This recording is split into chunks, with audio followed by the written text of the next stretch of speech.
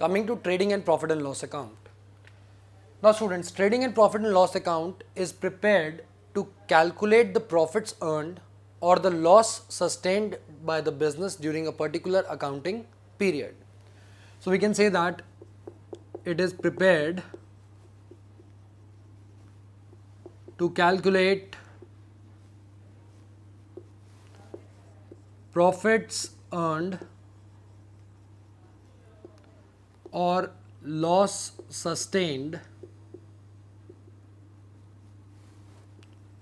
by the business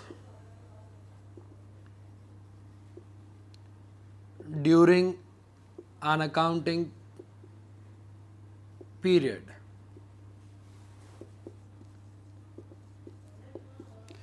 Students, this account gives us a summary of the expenses that we have incurred during the year and the revenues generated by the business during the year.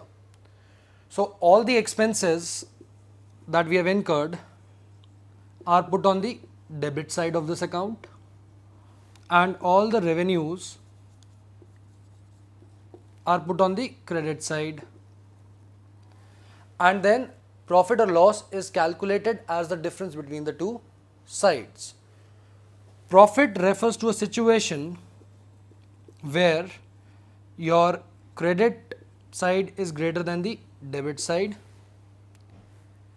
or I would put it as greater sign, and loss refers to a situation where your debit side or the expenses are greater than your revenues.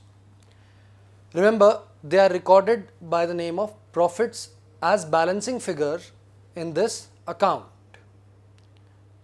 Let us now come to various items that appear on the debit side of this particular account.